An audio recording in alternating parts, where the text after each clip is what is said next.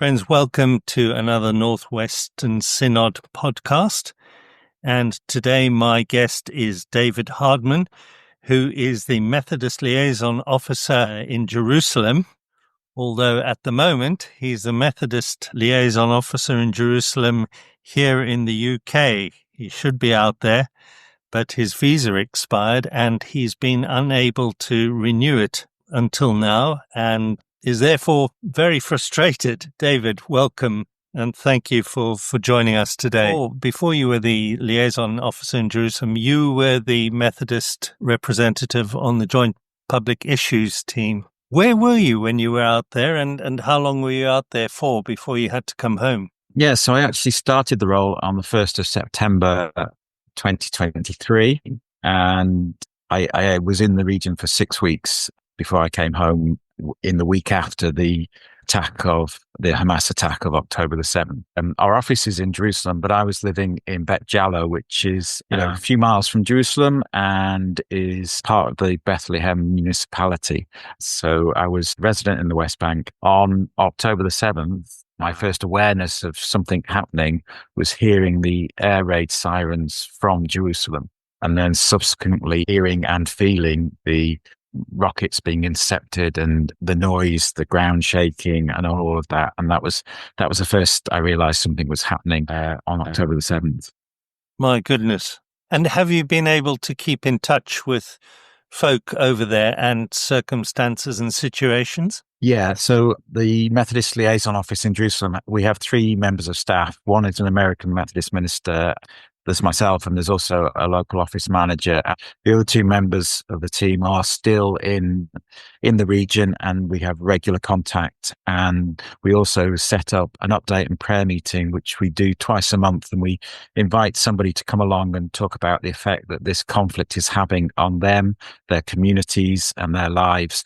So we're constantly in touch with people. And it's hard to talk to anyone from Gaza, obviously, for obvious reasons, but we talk to people in the West Bank and we talk with people who are perhaps working with organizations in Gaza as well. So keeping that contact all the time. I'm assuming you've been involved in crafting some of the Methodist official responses to Gaza. I noticed that the Methodist Church has issued an updated statement 1 year on since the 7th of October. Of 23. Yeah, that is something that I'm involved in. If it is something to do with Israel-Palestine, then it does come across my desk, or sometimes it starts on my desk and then goes across other people's. What are the kind of key things that you wanted to say in both of those circumstances?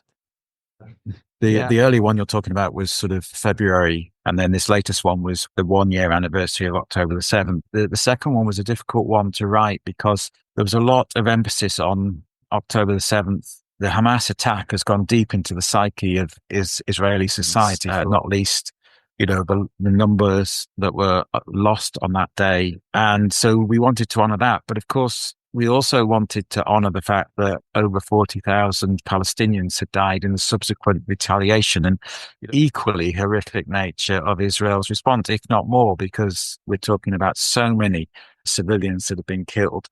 And so I think the second one was difficult to write in the sense of trying to just maintain those sensibilities, but yet also want to sort of just state how in our world today are we seeing such devastation and such violence wrapped up in all of that, the questions around international humanitarian law, the protection of civilians. And then, of course, just before that second one was issued, we saw Israel bombing Lebanon, going after Hezbollah, and we saw the attacks through the pages and then the ground incursion. 1 year on, we're talking about the anniversary, but then we're also talking about the fact that Gaza is still going on, and we are now seeing the expansion into Lebanon. And of course, Iran got involved in attack as well. You almost feel, well, we've said things before, but now it's just getting worse. So, it's hard to know how quite to put into words that sense of just longing for a totally different world, but seeing it not happen, seeing it get worse. Yes.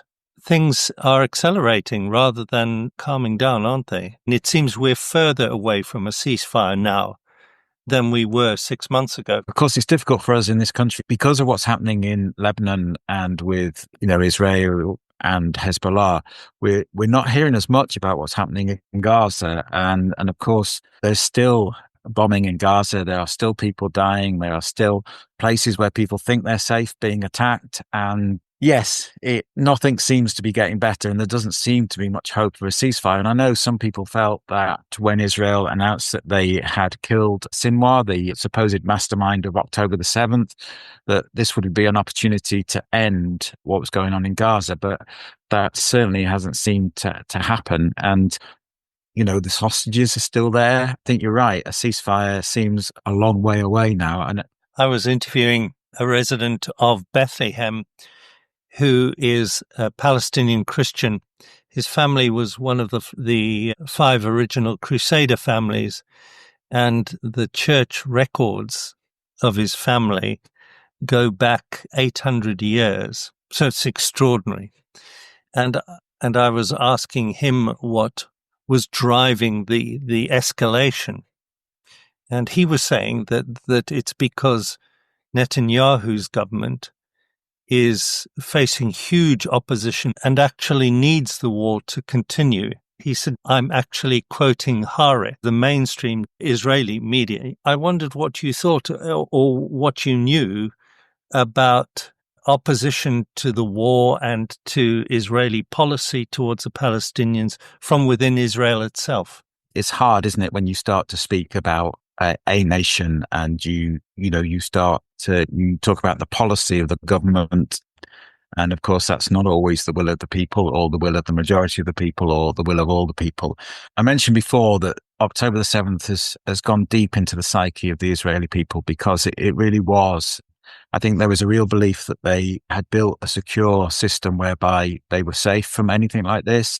And I think for some people, that's pushed some people who perhaps before would have been more willing to say, yes, we can live alongside Palestinians to a more extreme point where they're saying, no, we can't. But within Israel, there have always been those people who are peace activists. And, there was many actually in the kibbutz around Gaza itself who actually suffered the brunt of the attack. A woman whose brother was killed on October the 7th by Hamas. And in the obituary, she directed her words to the Israeli government and said, look, don't use my brother's life as an excuse to take more lives. This is not the way we want to do it. While I've been back in the UK, I've been on marches calling for ceasefire. We just got to stop the killing of people. It's just horrendous. And not by design, but almost every march I've been on, I've ended up marching with Jewish people because Jewish people in this country have been saying, not in our name, this is wrong. There are those people who want to work for a peaceful solution that doesn't need checkpoints and separation barriers and house demolitions and settlements and all the rest, but actually allows people to live together. Let's talk about our own government. Part of what we've seen with the marches that you've been talking about is horror amongst so much of the population that we've been arming Israel and we're continuing to do so. That kind of collusion, collaboration, call it what you like, has been a very difficult thing for the general public to accept. Let's just acknowledge that part of this is economic. War is very economically good for countries like ours who are in the arms trade and supply arms. Though the present Labour government under Starmer has distanced itself a little bit. So they've said, here are 30 certificates for arms sales which we've cancelled, and we've restarted funding UNRWA. Still haven't stopped supplying arms. We still haven't said that we will, if he sets foot on British soil, etc., etc. Why is it that our government, and historically the US as well, has so uncritically supported Israeli policy such that we're participating in a war, effectively, on Israel's side? And that's an interesting question that I get asked a lot. I think it's partly comes out of, in the UK, people's frustration because they do want to see the government doing something different, or at least the people that ask that question to me do.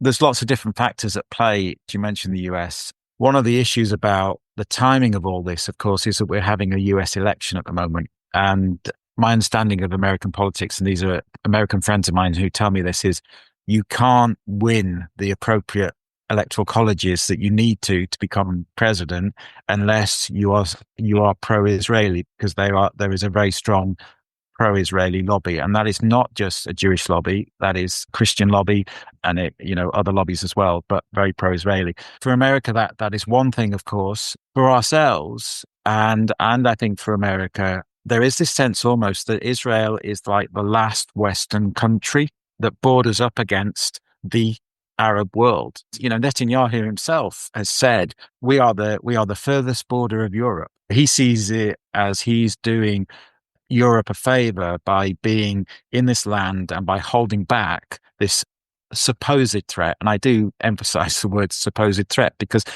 it seems to be sort of caught up in this idea that there is an expansionism that is in Islam or is in the Arab countries that they want to sort of take over. I find that particularly troubling, and I find it troubling that actually drives our foreign policy. It is difficult when we are supplying arms to a regime that has been told by the International Court of Justice they're very likely to be committing genocidal acts, which is what the International Court of Justice has said. Whether they are genocidal or not will be decided afterwards. But actually, that's very strong words from highest justice court that we have in this world. We are going to be seen as enabling those war crimes to take place.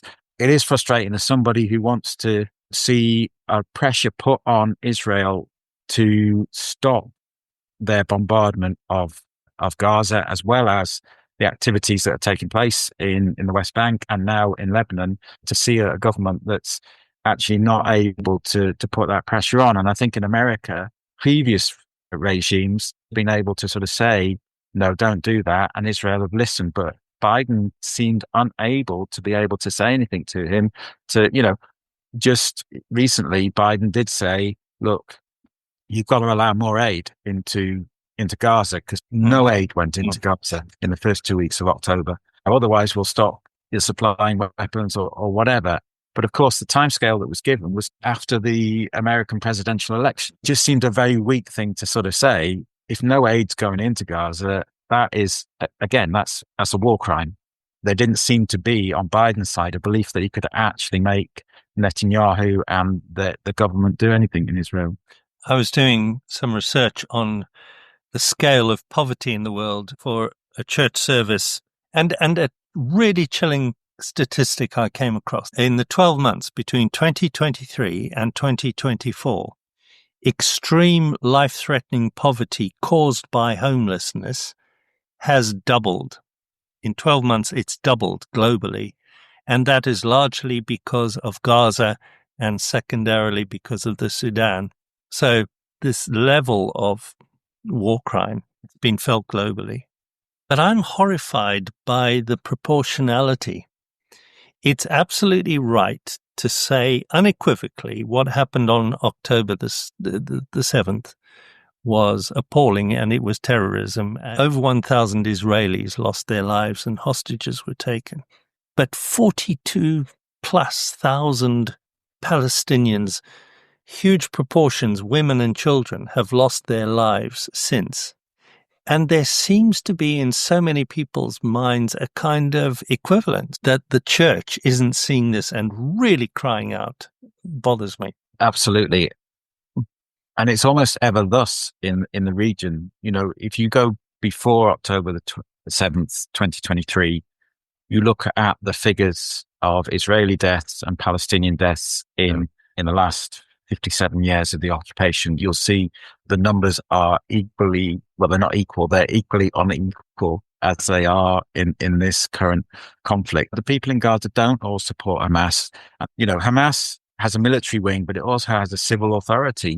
It was running the hospitals and the schools, and it was running all of those things in Gaza. And so there might be some people that were happy with the way that they were running the civil and political stuff in Gaza, but wouldn't be supporters of the military wing or supporters of an attack like we saw on October the 7th.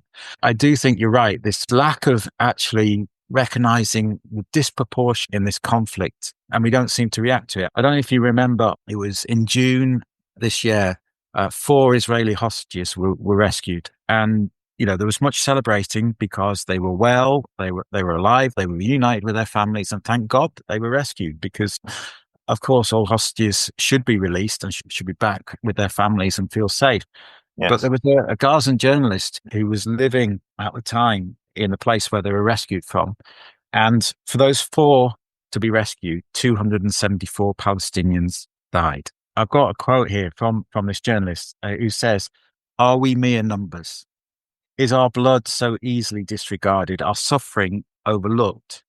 The lives of Israeli captives deemed more valuable than ours. Why doesn't the world see and why doesn't the world feel?"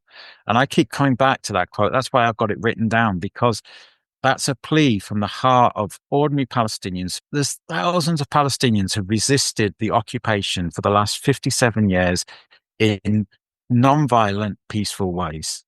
And they do not deserve any more than the 1,200 Israelis that died on October the 7th. They do not deserve to die, and they don't deserve to be in occupation either. They deserve to live a life that's free, allows them to flourish. But we have to come back to these words. Why doesn't the world see? Why doesn't the world feel? And that is that last phrase that gets me, I think. Why don't we feel this pain? Palestinians say to me that they say the world doesn't care about Palestinians. Nobody cares about us. It's seen, isn't it? When we talk about 1,200 people October the 7th and 42,000 people in the 12 months since. And it's just, what's the right word to say it? It's horrendous. It's wrong. It's a sin. When we ignore it and we don't speak out about it and we don't shout about it and we don't cry out for a ceasefire and we don't cry out for a just solution to the underlying problems that there are in the Holy Land that might create some kind of peace, then actually we are ignoring the cries of God's people. God created the world, created everything in it, created us. It doesn't matter whether you're Palestinian, Israeli, Arab, Jew, Christian, Muslim, whatever.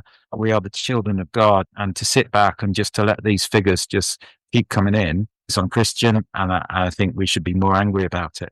I wonder how much is driven by a well-deserved sense of guilt about anti-Semitism that's been not only part of world history, but very particularly Christian history, on the one hand, and an unexamined racism that is Islamophobic in character. So we want Netanyahu protecting us from Arabs, and Arab lives are not worth what Jewish lives, Israeli lives, Western lives, Christian lives are worth. The issue around anti-Semitism and Islamophobia, I think, are so real for us. We need to be mindful of our past. We need to be mindful within the Christian church of our past, of our anti-Semitic preaching and teaching and views. And we need to be very careful today that we don't keep falling back into those. And of course, anti-Semitism is an absolute sin. And as a church, we should stand up against it and we should say so. I would argue that we should go a step further than the society does, because I think what you find now is if someone is criticized of anti-Semitism,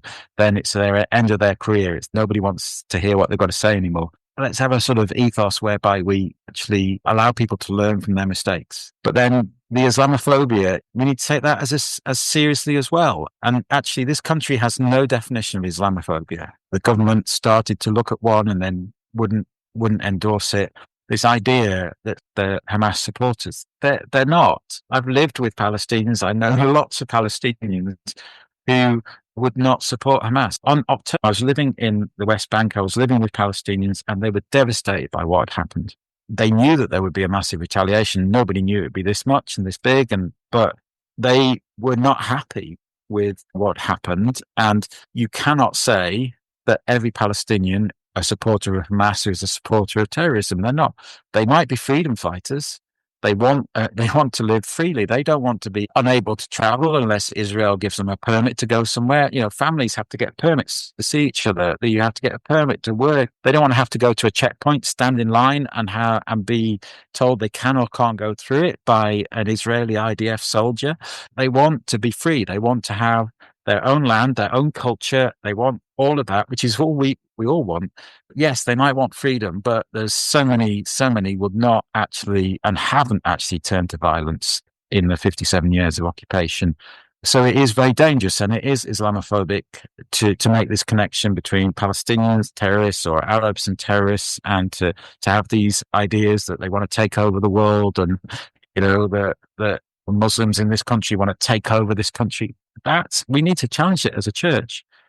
Last question, David. What do you personally hope for, and where would you like the church to be on this whole thing? So I'm asking you very clearly as you, and not as a representative of Methodism, just as a follower of Jesus.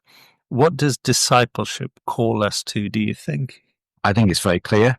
We often talk about Luke 4 as the place where Jesus reveals his manifesto. He's given the scroll of the prophet Isaiah, and the bit I always come back to is if you read it, it says, and he chose the place where it says. It's not like us where we have the lectionary and we're told which part of Isaiah to read because it's that week's lectionary. He's given the scroll and he finds it. He chooses to read, the Spirit of the Lord is upon my heart, and to bring freedom to the oppressed. Now, if we say that is the manifesto of Jesus, then that's the manifesto of the church.